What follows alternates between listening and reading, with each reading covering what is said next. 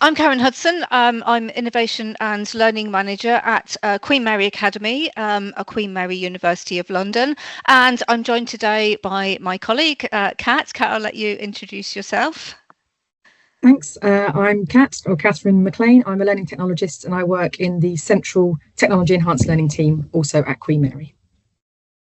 Thank you. So today we are going to go through the process that we followed in developing an online asynchronous course, Critical AI Literacy Essentials for Educators.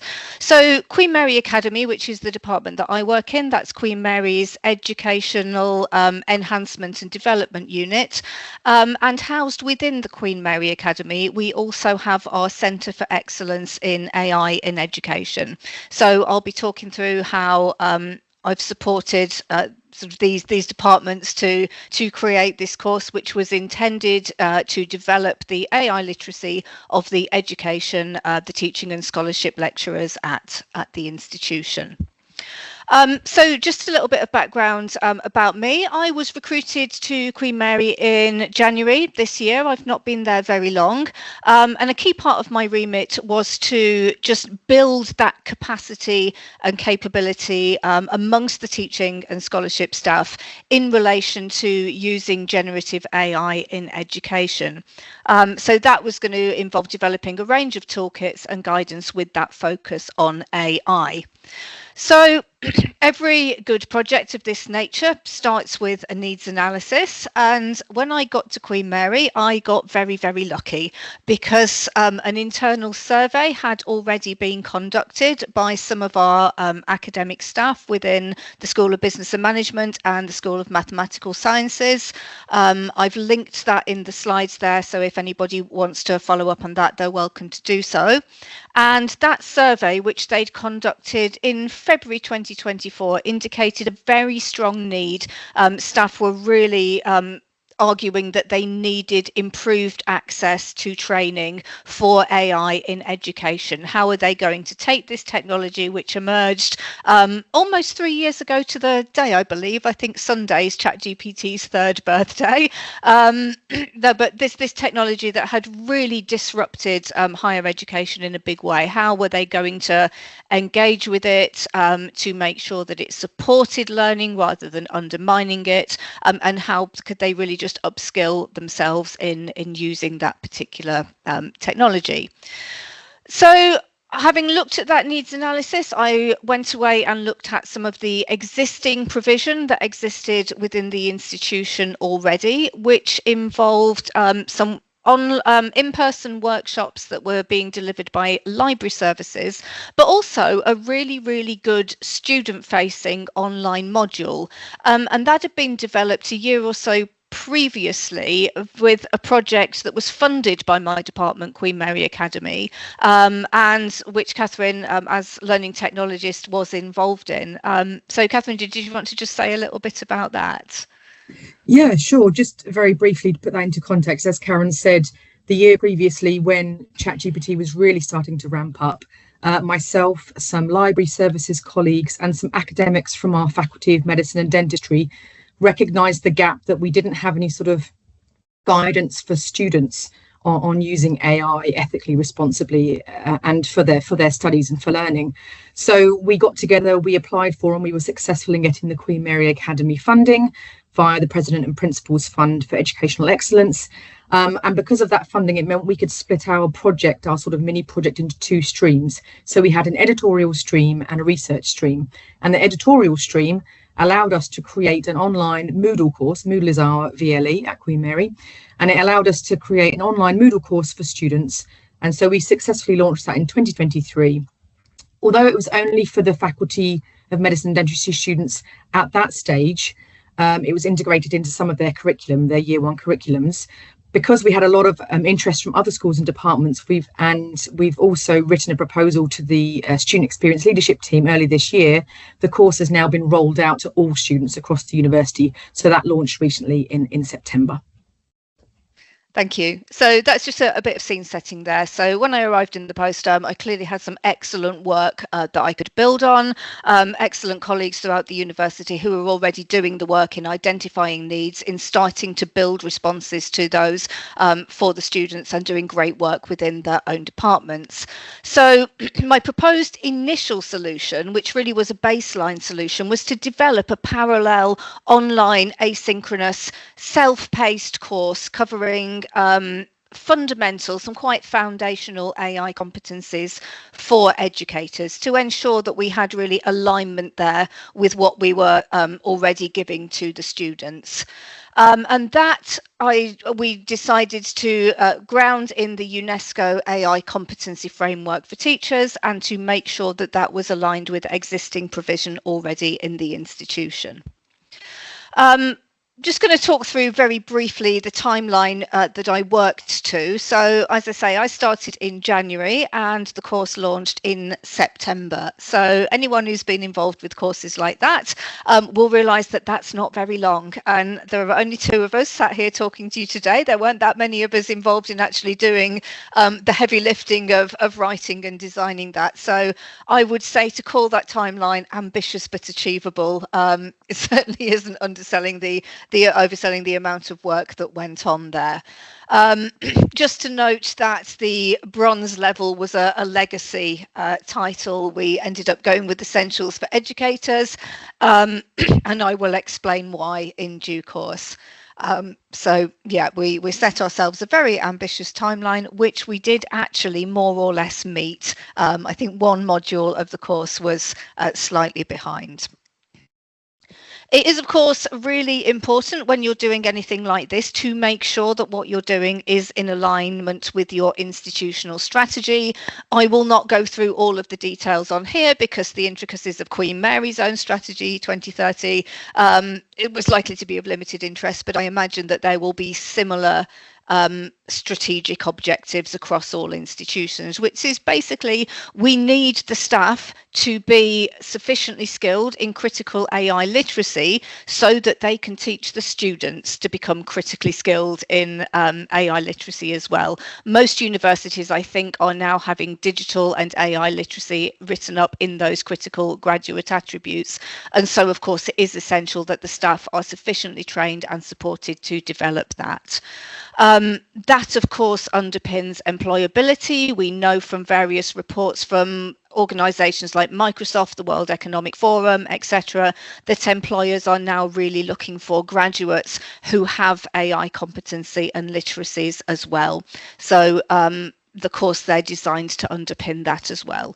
And of course, I think things about student engagement, using AI to engage students, can be really, really effective too. So we made sure that we were aligned there with the institutional strategy. As I said before, the course was underpinned by the AI Competency Framework for teachers. So there were a couple of reasons for that.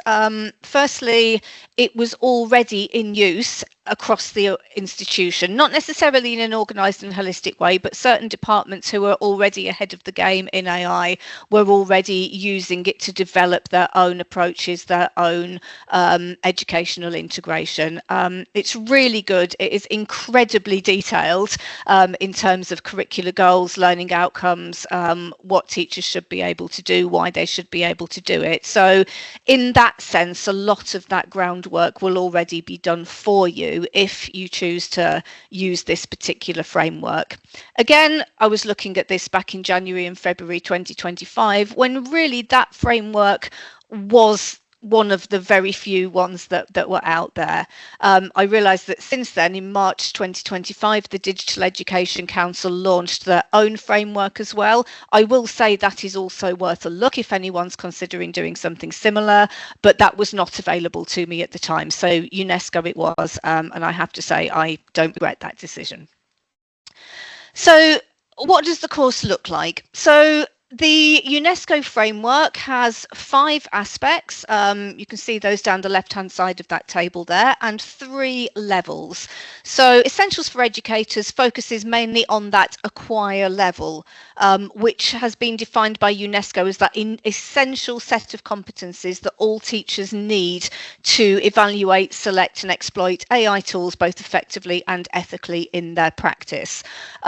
So they're making no bones about this. Really, all educators need now that foundational understanding of AI technologies from a range of perspectives, not just the how it works, what the tools are, etc., but also the ethics, human-centered mindset, how you can use it for professional development. So it's a very all-encompassing and wide-ranging framework there. So the course was originally called Bronze because I was very new in my role and very ambitious and very keen to do lots of work. And I originally envisaged a bronze, silver, gold framework covering all 3 levels. We've since pared that back to an Essentials for Educators level, which focuses mostly on the acquire level. Some of the content in some of the modules does spill over into perhaps the deepen level, going to a little bit more depth, but whether or not I will be given permission to write entire courses for the 2nd and 3rd levels remains to be seen and will depend on resources. So that's the essential framework for the course that we have produced. We also had to sit and think about what we wanted and what we meant when we talked about AI literacy. So there are quite a few definitions out there, some very well known, and one emerged as a preprint quite early on in my thinking about this. And again, I've popped that on the screen there. That was from a paper by Jasper Rowe, Mike Perkins and Leon Furs, who you might recognise as the authors of that very well-known AI assessment scale. I'm a big fan of their work, so when they produced this definition, I sat up and I looked at that and I went, yeah, I like that.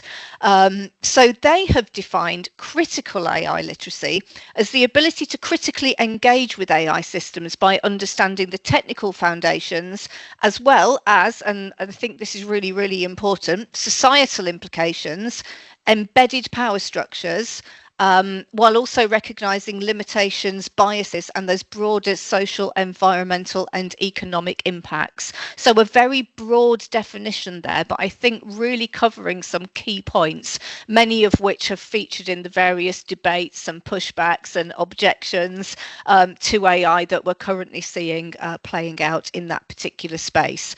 So although that definition came out as a preprint when I was first writing the course, I am happy to say that they did get their paper into publication, and I've also linked that for you there if you wanted to follow that up. So moving on, I'm going to bring Catherine in very shortly now, because she was absolutely essential to the process of actually building it. A couple of months into the course, I realised that under no circumstances was I going to be able to get this done all by myself.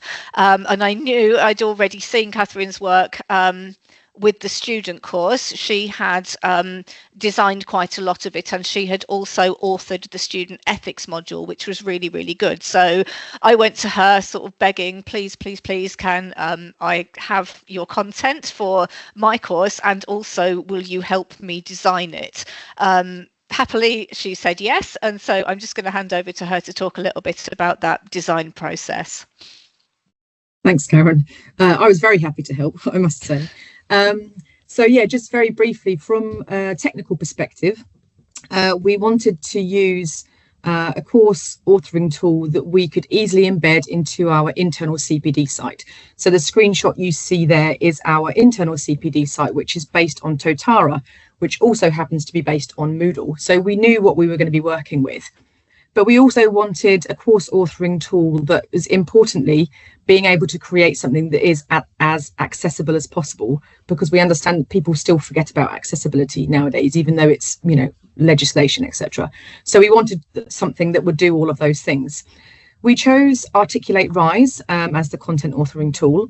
It's got a great UX user experience, and it's got really good UI, so user interface, and that's both from an editing and a viewing perspective. So for me as an editor, it's important that I could do something that was quick and that was going to work along the timeline, the very strict timeline that Karen was working towards. Articulate Rise exports easily to SCORM. You don't lose any interactivity when you do that. And the SCORM packages can be uploaded into any sort of VLE that you have. So it really sort of ticked all of the boxes for us, which is why we chose and went with that. It also, as some of you are very aware, has a great review feature, which Karen was able to utilize in the different workflows and the different stages of the workflow that we were working with, in terms of getting the content checked, getting the links checked, getting everything reviewed by subject experts, by content reviewers, and by other people across the university. Generally, the content was migrated from Word, built on Rise, and then Karen will mention the workflow in a little while, but reviewed, exported to SCORM, uploaded, reviewed again, and sort of the workflow went like that. And then we had our final versions once it'd been checked and checked and checked again. As Karen mentioned earlier, the course is meant to be self-paced, but we did utilise a couple of activity completion restriction settings on Totara, whereby we wanted users to complete an activity before having access to the next activity. But I think that goes along with the UNESCO framework in terms of the progression of learning across the three columns. So, but generally, apart from that, the units are open and it's a self-paced course. I think I'll stop there, otherwise I'll waffle on for ages. Thank you. That's brilliant. Thank you. So just to give you a brief glimpse into what various aspects of that design looks like. So we're taking staff on a journey, really. If you were particularly eagle-eyed, you may have noticed that the modules as they appear in our course are in a slightly different order to how they're presented by UNESCO. I felt foundations and applications needed to come first. I think it's important that we know how the technology works and what's actually going on behind the scenes as far as we can with these black box technologies. So I moved that foundations and applications unit to the very start. So with that, we're really taking our educators on a journey from the very basics of how an LLM operates, where, as you can see there, I'm using Wallace and Gromit GIFs to show how an LLM is kind of throwing words down, a bit like Gromit throwing his train tracks down. We've got a scenario there that I built in the professional development unit, where we are guiding participants are asked to guide a new and enthusiastic lecturer through using AI for professional development. And in the top right there, that's just an example of some of the pedagogy that we have used in the AI pedagogy unit. One thing I was very, very keen to do was to really draw on that expertise and the really good work that we've got going on within Queen Mary. So again, if you're thinking of doing something similar in your own institution, I would really recommend finding out what your own lecturers are doing and building that work in, because that will be institution specific. It will be in alignment with your policies, your principles of program assessment design, academic misconduct policies, all of those regulations that should be in alignment there. So the example there is just a screenshot of what's called the constructive alignment model by two of our academics, Lillian Schofield and Shuei Zhou, who's no longer at Queen Mary but was very influential working with Lillian when she was here. So that's a 5-step model for integrating Gen I within a module or within a curriculum based on the principles of constructive alignment, which is the recommended framework in use within Queen Mary. So that's just a bit of insight into what that looks like. In terms of the process, this was a really, really collaborative process. It was really important to me that I made sure that all of the departments who were and stakeholders who were invested in this were talking to each other, which in a big institution, as I'm sure you'll all understand, can sometimes be a bit of a challenge. So in terms of content development, that was mostly done by myself at Queen Mary Academy, and that ethics unit we borrowed or stole or begged or purloined, however you want to put it, Catherine's brilliant work from the student AI ethics module as well. So kind of two-pronged approach there to content development. We then went to a process of peer review. So with our Centre for Excellence in AI in Education, we have a number of staff members who have affiliate membership status. So these are staff members, academics, professional services who have a specific interest or expertise in AI in education. So they were my peer reviewers. Again, I begged pleaded with them, please review my content, and they were, over the period of several months and the 5 modules, more than happy to help. I've never had so many critical friends in my life. It was absolutely brilliant. And I think that was really essential because it got that cross-faculty perspective. This is a generic course. It's tool agnostic. It's not relating to any specific subject. So it's kind of trying to be everything for everybody, which is pretty tough, actually. But I was very grateful that the engineers and computer scientists helped me to express the AI technical expertise a bit better. They clearly know a lot more about AI than I do. We had academics from professional courses such as law, medicine, dentistry, helping me to shape information about professional and statutory requirements, which was super helpful. So lots and lots of input there from those centre affiliates. I then went back to revise and to come up with effectively a second draft of that content, which I then handed over to Catherine from the Technology Enhanced Learning team and went, please turn this into something that looks pretty online. And as a side effect of that, Catherine also had the an enviable job of holding my hand in learning to use Articulate Rise myself. I will say it's so easy, it's so intuitive. If I can learn to do it, anyone can learn to do it. So that was absolutely brilliant. Once that was initially built in Rise, we then put it out to the centre affiliates once again, so they could see what amendments we'd made based on their feedback, and also so that they could evaluate the learning design as well. So lots more constructive and critical feedback from them as well. And at that point, I also brought in another aspect of our IT services, and that was the cybersecurity, because as Ioannis in the previous talk has already alluded to, universities can get very jittery when we say things about AI because of cybersecurity, because of data protection. So I needed to make sure that what we were saying in that course was in alignment with institutional policy, and making sure that I wasn't going to say anything in that course that could put the university or student data at risk. Once I collected that feedback, we then went through another editing and proofreading phase. I think that was essentially myself and Catherine going backwards and forwards, going, I'm not sure that works. Did you mean that word there? Is there a typo there, or did you mean that? So that was a sort of tidying up process. And finally, we were able to launch this at the start of the academic year.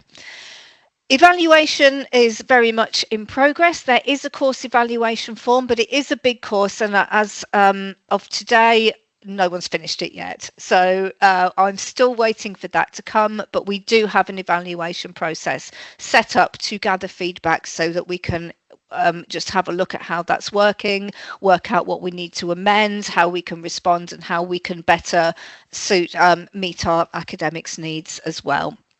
Another result of that is that we've managed to get in a collaboration with our organisation and professional development department. They are also writing an AI course for the wider university staff. Ours, of course, had a very specific education focused remit, but they have now come to me, as I did to Catherine, and said, we really like your content, can we borrow some of it? So it's having that wider impact across the organisation as well. This is the participation rate. As of 23rd of November, we had nearly 200 people signed up to it at various stages of completion. You can see those spikes there. Every time we do a push or a bulletin or an event, an announcement, we get a little bump in people signing up for it. But it's a big course, it's a busy time of year, and we are still waiting for somebody to do the whole thing and give us an evaluation. In terms of next steps, we will be looking to develop some in-person workshops based on some of the content, the scholarship and the pedagogy that's in there.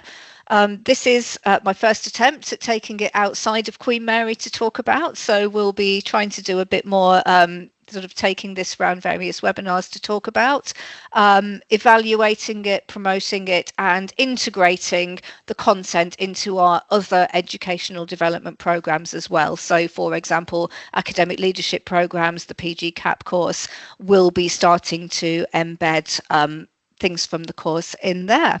So very happy to take any questions, and particularly any ideas on what else we could consider to make that more useful. So yeah, we're here for any questions that you might have.